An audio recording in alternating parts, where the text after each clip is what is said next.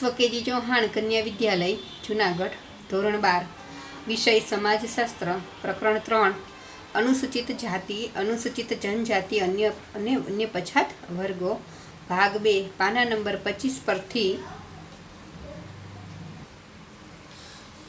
અનુસૂચિત જનજાતિઓ schedule tribes અનુસૂચિત જાતિની જેમ બીજો સમૂહ અનુસૂચિત જનજાતિ છે। આપણે જોયું કે આગળના ભાગની અંદર પહેલા ભાગમાં આપણે અનુસૂચિત જાતિ એટલે કે નિમ્ન પછાત જ્ઞાતિઓ વિશે ચર્ચા કરી કે બંધારણમાં એમના માટે થઈને સરકાર દ્વારા કઈ કઈ વ્યવસ્થાઓ છે એ પણ આપણે જોયું। હવે એના પછીનો જે બીજો સમૂહ છે જે પછાત છે, અતિ પછાત, જેને આપણે શું કહેશું, શેડ્યુલ ટ્રાઇબ્સ અનુસૂચિત જનજાતિ। સાર્વત્રિક રીતે સંમત હોય એવી વ્યાખ્યા આદિવાસી કે અનુસૂચિત જનજાતિની મળતી નથી। બધી જગ્યાએ જે અનુસૂચિત જનજાતિની જે વ્યાખ્યા છે કે ભાઈ અનુસૂચિત જનજાતિ કોને કહેવાય, તો એના માટેની વ્યાખ્યા છે કોઈ જગ્યાએ જોવા મળતી નથી અને બધા માટે સંમત હોય એવી વ્યાખ્યા તો કોઈ જગ્યાએ નથી કે આદિવાસી કોને કહેવાય અથવા તો અનુસૂચિત જનજાતિ કોને કહેવાય। આ માટે થઈને ભિન્ન ભિન્ન પ્રકારની સમજ અને લક્ષણો આપવામાં આવે છે। અનુસૂચિત જનજાતિ વિશેની જો માહિતી મેળવી હોય તો જુદા જુદા જે પ્રકાર છે અને એના જે લક્ષણો છે એના આધારે આપણે સમજી શકીએ કે ભાઈ અનુસૂચિત જનજાતિ કોને કહેવાય। વિશ્વમાં સૌથી વધુ આદિવાસી વસ્તી ધરાવતો દેશ આફ્રિકા છે। વિદ્યાર્થીની મિત્રો, 1 માર્કનો પ્રશ્ન છે અહીંયા એમપી, તમારી પાઠ્યપુસ્તકની અંદર તમે નોંધ કરી લેશો, અંડરલાઈન કરી લેશો કે વિશ્વમાં સૌથી વધુ આદિવાસી વસ્તી ધરાવતો દેશ કયો, તો કે આફ્રિકા, જે પ્રથમ નંબર ઉપર આવે છે આદિવાસીની સંખ્યામાં, અને બીજા ક્રમ ઉપર કયો દેશ છે તો કે ભારત। વિદ્યાર્થી મિત્રો, અનુસૂચિત જનજાતિનો અર્થ આપણે પ્રથમ પ્રકરણમાં મેળવ્યો। સામાન્ય રીતે બંધારણની કલમ 342ની પેટા કલમ કમાં રાષ્ટ્રપતિ દ્વારા બહાર પાડેલ સૂચિમાં જેનો સમાવેશ થયો તેને આપણે કેવી જાતિ કહેશું, અનુસૂચિત જનજાતિ। ખાસ ટીક કરી લેજો, અંડરલાઈન કરી લેજો, 1 માર્કનો પ્રશ્ન છે કે અનુસૂચિત જનજાતિ કોને કહેવાય, તો કે સામાન્ય જો એની આપણે ઓળખ મેળવવી હોય તો શું લખશું, તો કે બંધારણની કલમ 342ની કમાં રાષ્ટ્રપતિ દ્વારા એક જાહેરનામું બહાર પાડવામાં આવ્યું છે। આ જે જાહેરનામું છે એમાં જેટલી જાતિઓની યાદી છે એ તમામે તમામ જાતિ એટલે કઈ જાતિ, તો કે અનુસૂચિત જનજાતિ। તો અનુસૂચિત જનજાતિની વિસ્તૃત માહિતી મેળવવા માટે થઈને, વધુ સ્પષ્ટતા માટે થઈને આપણે તેમના લક્ષણો જોશું। તો કે ભારતની અનુસૂચિત જનજાતિના લક્ષણો કોણે આપેલા છે, તો કે ડૉક્ટર મજમુદાર મદને। અનુસૂચિત જનજાતિના સર્વસામાન્ય લક્ષણો નીચે મુજબ છે, જેમાં પહેલું છે નિશ્ચિત પ્રદેશ। તો આપણે આગળ જે દ્વિતીય પ્રકરણ જોયું હતું એમાં પણ અનુસૂચિત જનજાતિના લક્ષણોમાં, આદિવાસીના લક્ષણોમાં પહેલું એ જ હતું, નિશ્ચિત પ્રદેશ એટલે કે ભૌગોલિક પ્રદેશ। અનુસૂચિત જનજાતિને પ્રાદેશિક સમૂહ તરીકે ગણાવી શકાય, એટલે કે જે તે પ્રદેશનો સમૂહ છે। તેઓને નિશ્ચિત પ્રદેશ હોય છે જ્યાં તેઓ નિવાસ કરે છે। કોઈ એક વિસ્તારની અંદર બધા સમૂહમાં સાથે રહે છે અને કેટલીક આદિમ જાતિઓ સંપૂર્ણપણે પ્રાદેશિકતાને વળગી રહે છે। પ્રાદેશિકતાને એટલે કે પોતાની જે પરંપરા મુજબ જે પોતાના વિસ્તારો છે એ જ વિસ્તારો એટલે કે પોતાના વતનને અથવા તો પોતાના પ્રદેશને જ વળગી રહે છે। મુંડા, હો, ગારો પૂર્ણપણે પ્રાદેશિક હોય છે। કઈ કઈ જાતિઓ છે એ પરંપરાગત જે એના પ્રદેશો છે તેમાં જ વસે છે, તો કે મુંડા, હો અને ગારો આદિવાસીઓ। જ્યારે સંથાલ, ભૂમિજ, ભીલ વગેરે વિકસિત સમાજના લોકો સાથે પણ વસવાટ કરે છે। આ 3 જાતિ જે છે આદિવાસીની, સંથાલ, ભૂમિજ અને ભીલ, એ સામાન્ય જે સમાજના લોકો છે, જે વિકસિત લોકો, ભણેલા ગણેલા અને નોકરી ધંધા સાથે જોડાયેલા, મોટા શહેરોમાં રહેતા અથવા તો ગામડાઓમાં રહેતા જે લોકો છે એમની સાથે પણ વસવાટ કરે છે। પરંતુ મુંડા, હો અને ગારો એ તો સંપૂર્ણપણે પોતાનો જે મુખ્ય વિસ્તાર છે, પછી જંગલ હોય કે પર્વતીય વિસ્તાર હોય ત્યાં જે વસવાટ કરે છે, પરંતુ મહદઅંશે એમનો નિશ્ચિત પ્રદેશ તેમજ એ પ્રદેશમાં સમગ્ર જીવન જીવવાની ઉત્કંઠતા તેઓમાં દ્રષ્ટિગોચર થાય છે। આદિવાસીઓનું જે જીવન છે એ મોટે ભાગે તો કેને માને છે, તો કે પોતાના જ જે મૂળ પ્રદેશો છે, પોતાનું જે વતન છે એને જ વળગી રહે છે। બીજું લક્ષણ છે આ વિદ્યાર્થીની મિત્રો, બીજું લક્ષણ છે નિશ્ચિત નામ। દરેક અનુસૂચિત જનજાતિને પોતાનું એક વિશિષ્ટ નામ હોય છે, એટલે કે અમુક નામથી એ ઓળખાતા હોય છે. એ નામની આસપાસ કેટલીક દંતકથાઓ વણાયેલી હોય છે કે ભાઈ જુદા જુદા જે આદિવાસીઓ છે એના જે નામ છે એની પાછળ અમુક દંતકથાઓ એટલે કે મોઢે કહેવાયેલી જે વાતો છે એ વણાયેલી હોય છે. નિશ્ચિત નામ તેઓનો ચોક્કસ સમૂહ સૂચવે છે. ભારતની કેટલીક આદિમ જાતિઓમાં જ્ઞાતિઓના નામ જેવી વિવિધતા જોવા મળે છે. ભારતમાં કેટલીક આદિવાસીની જે જ્ઞાતિઓ છે એ ભારતની જે જ્ઞાતિઓ છે એના જેવી જોવા મળે છે. તો ગુજરાતમાં ભીલ, આપણે આગળ બધી વાત થઈ ગઈ છે આદિવાસીના લક્ષણોમાં.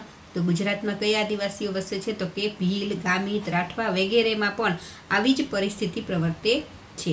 તેમનામાં સમૂહગત નામનું સવિશેષ મહત્વ હોય છે, એટલે કે બધાનું સમૂહનું જે નામ છે એ ખાસ મહત્વનું હોય છે. ત્રીજું લક્ષણ છે નિશ્ચિત બોલી. આ સમૂહને પોતાની નિશ્ચિત બોલી કે ભાષા હોય છે. કેટલીક જે આદિમ જાતિઓ પ્રાદેશિક ભાષાને અપનાવે છે, એની જે ભાષા છે એ એક નક્કી હોય છે અને પોતાની જે પ્રાદેશિક જે પરંપરા મુજબ જે ભાષાઓ છે એ જે લોકો બોલતા હોય. દાખલા તરીકે ભીલ, ભૂમિજ વગેરે. કે જ્યારે કેટલીક આદિમ જાતિઓ પોતાની જ બોલી અને ભાષા પ્રત્યે મમત્વ ધરાવે છે. ઘણા આદિવાસી એવી છે કે પોતાના જે પ્રદેશમાં વસતા હોય એની ભાષાને અપનાવે છે. દાખલા તરીકે જો ગુજરાતની અંદર જો કોઈ આદિવાસીઓ વસવાટ કરતા હોય તો એ ગુજરાતી ભાષા જે પ્રાદેશિક ભાષા છે એ બોલતા હોય છે ક્યારેક સમૂહની અંદર, જ્યારે જાહેરની અંદર. પણ અમુક આદિવાસીઓ તો એ પોતાની જે મૂળ બોલી છે, પોતાની જાતિની જે બોલી છે એ જ બોલી બોલવા પ્રત્યે એને ખૂબ પ્રેમ હોય છે, એટલે કે મમત્વ ધરાવે છે. ચોથું લક્ષણ છે સગાઈ સંબંધોનું ગુંફણ. સગાઈ સંબંધોના ગુંફણમાં દરેક અનુસૂચિત જનજાતિની વ્યક્તિ જીવન વ્યતીત કરે છે. સગાઈ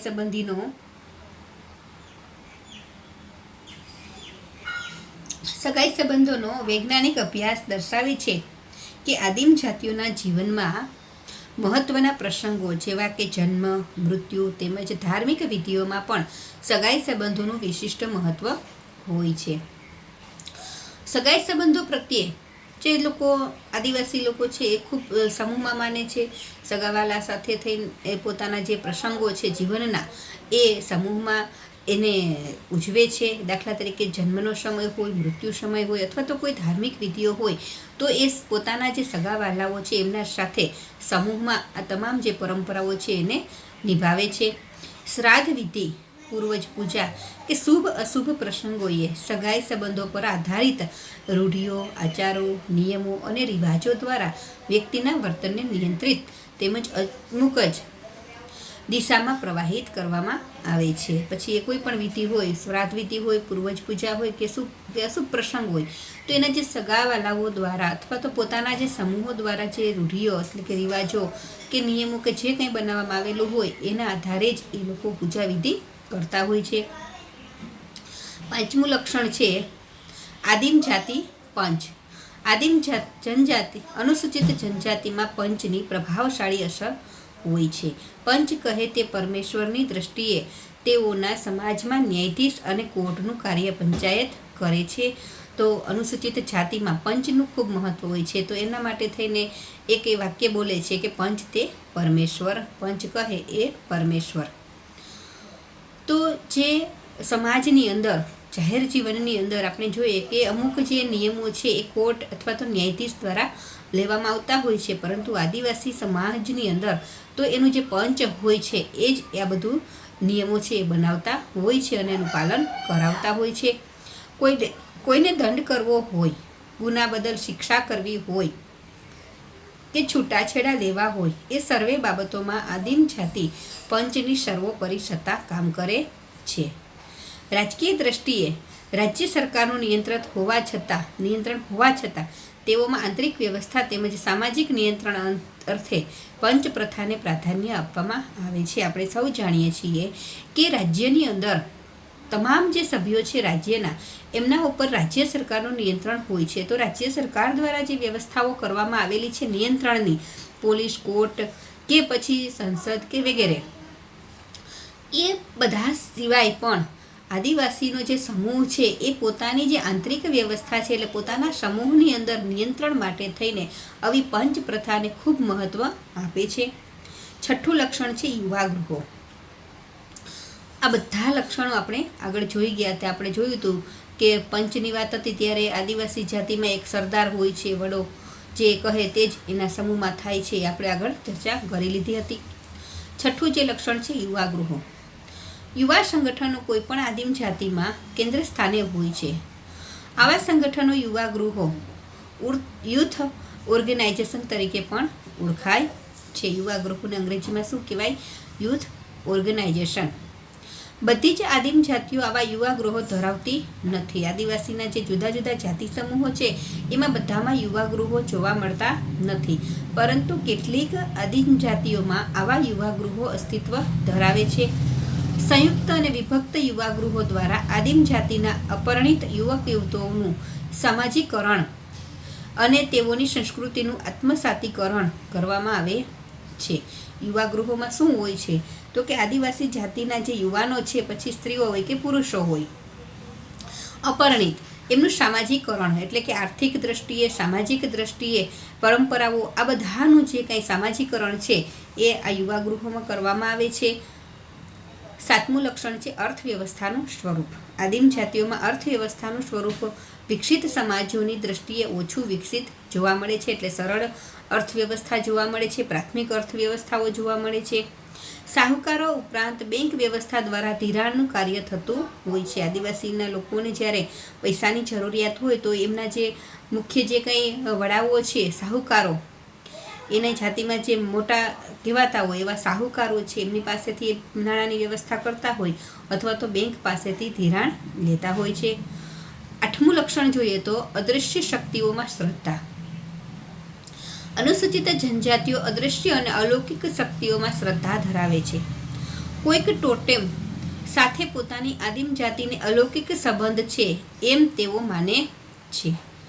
અલૌકિક શક્તિઓ એટલે કે જે જોઈ નથી શકાતી એવી શક્તિઓ જે આ લોકમાં નથી, અન્ય લોકમાં છે, એવી શક્તિમાં એ શ્રદ્ધા ધરાવે છે. અને ટોટેમ જે છે એ આદિવાસીની અંદર અલૌકિક જે શક્તિ છે એવું એ લોકો માને છે. તેમજ એ માન્યતાની આસપાસ અનેક માન્યતાઓ અને વહેમોની તેઓ મણી લે છે. ટોટેમ ઉપર એટલી શ્રદ્ધા રાખે છે તો ટોટેમની આસપાસની જે સ્થિતિ છે એમના ઉપર પણ એ શ્રદ્ધા રાખે છે. તો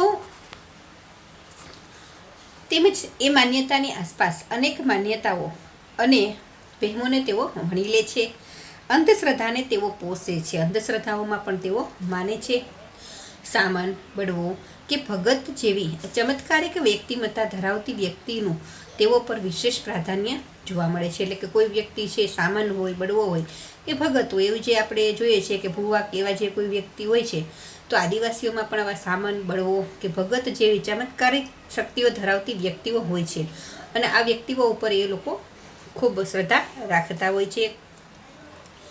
નવમું લક્ષણ છે વિશિષ્ટ નૈતિક નિયમાવલી. દરેક આદિમ જાતિને પોતાની વિશિષ્ટ નૈતિક નિયમાવલી હોય છે, એટલે કે નિયમો હોય છે. નીતિમત્તાને તેઓ કદી છોડતા નથી. દરેકે તેનું ચુસ્તપણે પાલન કરવું પડે છે. સમૂહ જીવનમાં નીતિમત્તાને તેઓ સૌથી વિશેષ પ્રાધાન્ય આપે છે. તો કે આદિવાસી જાતિમાં અમુક નિયમો હોય છે જે નીતિમત્તા એટલે કે નૈતિકતા સૂચવે છે, અને આદિવાસી લોકો છે સમૂહની અંદર આ નીતિઓનું પાલન કરે છે, નિયમોનું પાલન કરે છે. 10મું લક્ષણ છે સામાજિક ધાર્મિક નિષેધાવસ્થા.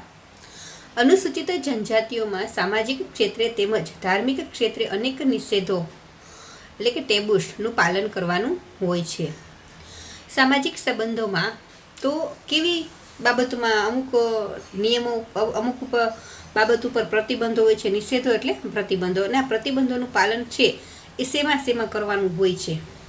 તો સામાજિક સંબંધોમાં પરિહારના સંબંધો તેઓની સામાજિક નિષેધાવસ્થાનું દર્શન કરાવે છે. પરિહારના સંબંધો, પરિહાર એટલે મર્યાદા ધરાવતા સંબંધો, વડીલો પ્રત્યે માન મર્યાદાઓ, સંબંધીઓ પ્રત્યે, પછી સાસુ બહુ પ્રત્યેનો પરિહાર, સસરા બહુ પ્રત્યેનો, જેઠ બહુ પ્રત્યેનો, ભાઈ બહેન પ્રત્યેનો, માતા પિતા અને સંતાનો વચ્ચેના આ જે સંબંધો છે એ કેવા છે? પરિહારના સંબંધો, એટલે કે મર્યાદાના સંબંધો. તો આ સંબંધોમાં અમુક જે પ્રતિબંધો છે એનું એ પાલન કરતા હોય છે. જ્યારે ધાર્મિક વિધિઓ અને ક્રિયાઓમાં પણ પવિત્રતાનો ખ્યાલ તેઓમાં સુસ્પષ્ટ હોય છે. પછી ધાર્મિક વિધિઓ કરવી હોય કે કોઈ ક્રિયાઓ કરવી હોય તો એમાં પણ અમુક બાબતો ઉપર, પવિત્રની બાબતો ઉપર ખૂબ ધ્યાન રાખવામાં આવે છે. સામાન માટે, સ્ત્રીઓ માટે અનેક નિષેધો પાળવાના હોય છે. સામાન એટલે કે દાખલા તરીકે આપણે જોઈએ કે જાહેર જીવનમાં કેમ ભૂવા હોય, તો એવા પ્રકારે એ લોકોમાં સામાન હોય છે. તો આવી જે સામાન્ય વ્યક્તિ છે, પછી સ્ત્રીઓ છે, એને અમુક જે પ્રતિબંધો છે પાળવાના હોય છે. આવા નિષેધો વ્યક્તિની વર્તણૂકને નિયંત્રિત કરે છે, એટલે કે કેવું વર્તન કરવું એ નક્કી કરે છે. 11મું લક્ષણ, ગૂઢ શક્તિઓનું પ્રાધાન્ય. આદિમ જાતિના લોકો વિવિધ પ્રકારની ગૂઢ શક્તિઓમાં શ્રદ્ધા ધરાવે છે. ગૂઢ એટલે કે ઊંડી. ટેકરીની ગૂઢ શક્તિઓ, જંગલની ગૂઢ શક્તિઓ, પૂર્વજોની ગૂઢ શક્તિઓ, મૃત વીરોની ગૂઢ શક્તિઓ, ગામની ગૂઢ શક્તિઓ તેમજ ભૂત, ચૂડેલ, ડાકણ જેવી અનિષ્ટકાર ગૂઢ શક્તિઓમાં શ્રદ્ધા ધરાવે છે.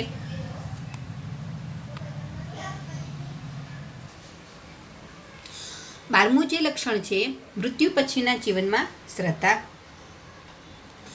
અનુસૂચિત જનજાતિના સભ્યો મૃત્યુ પછીના જીવનમાં શ્રદ્ધા ધરાવે છે.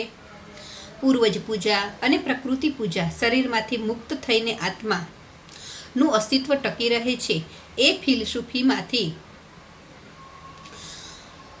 ઉદ્ભવેલી જોવા મળે છે.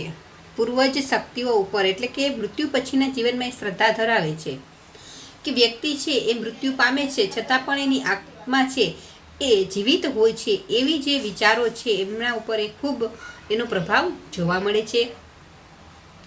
મૃત્યુ પામેલી વ્યક્તિઓને ખુશ કરવા સમૂહ શ્રાદ્ધ પણ ઉજવવામાં આવે છે. જે વ્યક્તિઓ મૃત્યુ પામી હોય આદિવાસીમાં, તો એ મૃત્યુ પામેલા વ્યક્તિ પાછળ શ્રાદ્ધ જે છે એની વિધિ કરવામાં એ લોકો માને છે.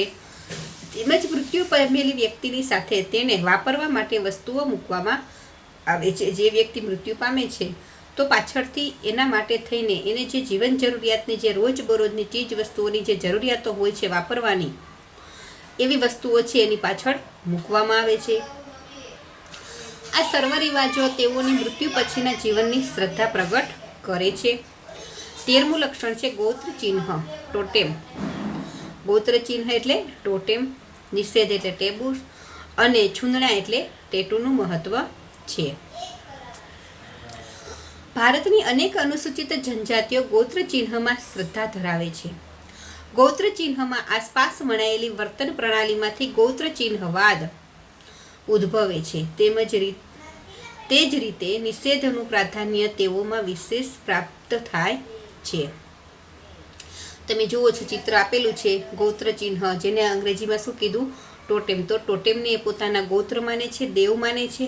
તો આ જે ગોત્ર છે એના ઉપર એ લોકો ખૂબ શ્રદ્ધા ધરાવે છે. અમુક જે ટોટેમ છે એના માટે થઈને અમુક જે નિષેધો છે, જે શું કહેવાય પ્રતિબંધો છે, એમને પણ એ લોકો ખૂબ પ્રાધાન્ય આપે છે. તેમજ છૂંદણા છૂંદાવવાનો રિવાજ લગભગ ઘણી ખરી આદિમ જાતિઓમાં જોવા મળે છે. શરીર ઉપર અમુક પ્રકારના ટેટુ છે આદિવાસીઓમાં બનાવવામાં આવે છે, જેને આપણે શું કહીએ છીએ ગુજરાતીમાં? છૂંદણા. આમ ટોટેમ, ટેબુ અને ટેટુ એ ત્રણેયનું અસ્તિત્વ લગભગ બધી જ આદિમ જાતિઓમાં પ્રાપ્ત થાય છે. 14મું લક્ષણ છે, વસ્ત્ર પરિધાન. આદિવાસીઓમાં મોટે ભાગે પ્રકૃતિમાંથી પ્રાપ્ત થતા સંસાધનોમાંથી બનાવેલા વસ્ત્રો પહેરે છે. આદિવાસીના વસ્ત્રો કેવા હોય છે? તો કે પ્રકૃતિમાંથી જે બાબતો એને પ્રાપ્ત થાય છે, પ્રકૃતિના જે તત્વો, એનો જે ઉપયોગ કરી અને વસ્ત્રો બનાવે છે. વિકસિત સમાજના સંપર્કમાં આવતા તેઓ આધુનિક વસ્ત્ર પરિધાન કરતા પણ થયા છે. સમય બદલાતો જાય છે તો અમુક જે સામાજિક જે વિકસિત બાબતો છે એમના સંપર્કમાં આવે છે અને પોતાના જે વસ્ત્રો પરિધાન છે જે એમાં પણ એ લોકો ચેન્જ લાવે છે. તો બીજી બાજુ જે આદિવાસીઓ જંગલના ઊંડાણવાળા વિસ્તારમાં રહે છે તેઓ હજી પણ ઓછા વસ્ત્રો પહેરે છે. જેમ કે અંદમાન નિકોબારમાં વસતા જારવા આદિવાસીઓ છે હજી પણ પ્રકૃતિમાંથી જે વસ્ત્રો પ્રાપ્ત થાય છે એ જ પહેરે છે અને ઓછા વસ્ત્રો પહેરે છે.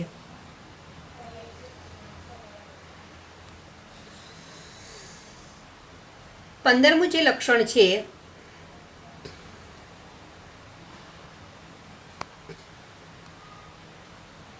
એમાં જોઈએ તો કેફી પીણાનો ઉપયોગ. કેટલાક આદિવાસીઓમાં સામાજિક ધાર્મિક પ્રસંગોએ તેઓની પરંપરાના ભાગરૂપે મહુડો, તાળી વગેરે કેફી પીણાનો ઉપયોગ થાય છે. અમુક જે પ્રસંગો હોય, પછી સામાજિક એટલે કે લગ્ન પ્રસંગ હોય, ધાર્મિક પ્રસંગો કોઈ હોય, તો એવા પ્રસંગોએ અમુક પ્રકારના કેફી પીણા નશો આપતા પદાર્થો પીવામાં આવે છે, જેમાં ખાસ કરીને મહુડો, તાળી વગેરે. જોકે હવે વિવિધ ધર્મ સંપ્રદાયો અને સુધારકોના સંપર્કને કારણે આવા નશાકારક પદાર્થોના સેવનનું પ્રમાણ ઓછું થયું છે. 16મું લક્ષણ છે શિક્ષણનું ઓછું પ્રમાણ. શહેરી સમાજની તુલનામાં અનુસૂચિત જનજાતિમાં શિક્ષણનું પ્રમાણ ઓછું છે. ખાસ કરીને જ્યાં શાળા કે કોલેજ ઉપલબ્ધ નથી એવા અંતરિયાળ વિસ્તારોમાં શિક્ષણનું પ્રમાણ કેવું છે? સાવ ઓછું. 17મું લક્ષણ સમૂહ નૃત્ય, સમૂહ ગીતોનું અસ્તિત્વ. અનુસૂચિત જનજાતિઓના વિશિષ્ટ સમૂહ નૃત્યો હોય છે. પ્રદેશે પ્રદેશે તેઓ વિભિન્નતા દ્રષ્ટિગોચર થાય છે. આપણે આગળ વાત થઈ જ હતી કે સમૂહ જીવનને ખૂબ મહત્વ આપે છે. અમુક પ્રસંગોમાં તે સમૂહમાં સાથે મળીને નૃત્ય કરે છે, ગીતો ગાય છે. તો પ્રદેશ પ્રમાણના અમુક નૃત્ય અને ગીતો પણ જોવા મળે છે. આપણે જોયું હતું કે ગુજરાતમાં ડાંગનું ડાંગી નૃત્ય વગેરે. સમૂહ નૃત્ય સમૂહે ખાસ પ્રકારના વાજિંત્રો અને સંગીત વગાડવામાં આવે છે.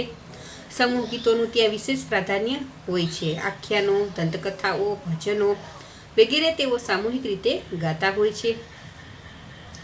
18મું લક્ષણ છે મેળાઓ અને ઉત્સવોની મહત્તા. આ સમૂહ જીવનમાં મેળાઓ અને ઉત્સવો દ્વારા તેઓ ઉલ્લાસ, આનંદ અને ઉત્સાહની અભિવ્યક્તિ કરે છે. વિવિધ ઋતુઓ સમયે ઉજવાતા ઉત્સવો, તહેવારો અને મેળાઓ એમને ઉત્સાહસભર બનાવે છે. 19મું લક્ષણ છે છેલ્લું જૂથ એકતા અને જૂથ સભાનતા. અનુસૂચિત જનજાતિઓમાં જૂથ એકતાનું સવિશેષ પ્રમાણ જોવા મળે છે. સમૂહનું ખૂબ વિશેષ પ્રમાણ જોવા મળે છે. સમગ્ર સમૂહ એક તાંતણે બંધાયેલ હોય તેવી એકતાનું દર્શન થાય છે. સમૂહ આદિવાસી સમૂહ છે એક તાંતણે બંધાયેલો છે, એટલે કે આપણે બધા એક જ છીએ એવો ભાવ એમાં ખૂબ દ્રઢ જોવા મળે છે. તેવી જ રીતે તેઓમાં જૂથ સભાનતાનું પ્રમાણ હવે વિકસતું જાય છે. તેઓ રાજકીય અધિકારો મેળવવાનો સજાગ પ્રયત્ન કરે છે. આદિવાસીઓ છે પોતાનું જે મૂળ જીવન છે એમાં ચેન્જ લાવે છે. રાજકારણની અંદર પોતાના જે અધિકારો શું છે એ વિશે પણ હવે જાગૃત થયા છે. કેટલીક આદિમ જાતિઓમાં બળવો પણ સંભવ્યો છે, એટલે કે પોતાની સંગઠન શક્તિ અને સંઘબળ વિકસાવીને તેઓ સ્વાયત્ત થવાનો પ્રયત્ન કરી રહ્યા છે. એટલે કે આદિવાસી સમૂહના લોકો છે એ બધા સાથે મળી અને પોતાનું જે કાંઈ વિકાસ છે એ અને પોતે જે સ્વનિર્ભર છે એ થવા માટે ખૂબ પ્રયત્ન કરી રહ્યા છે. સામાજિક, ધાર્મિક અને રાજકીય આંદોલનનું અસ્તિત્વ તેઓમાં જોવા મળે છે. તો વિદ્યાર્થી મિત્રો, આપણે આ ભાગની અંદર આપણે આદિવાસી અનુસૂચિત જનજાતિ કોને કહેવાય અને એના લક્ષણો શું છે એના વિશે આપણે ચર્ચા કરી. હવે આગળના જે ભાગ આવશે ત્રીજો, એમાં અન્ય મુદ્દાઓની ચર્ચા કરીશું. નમસ્તે.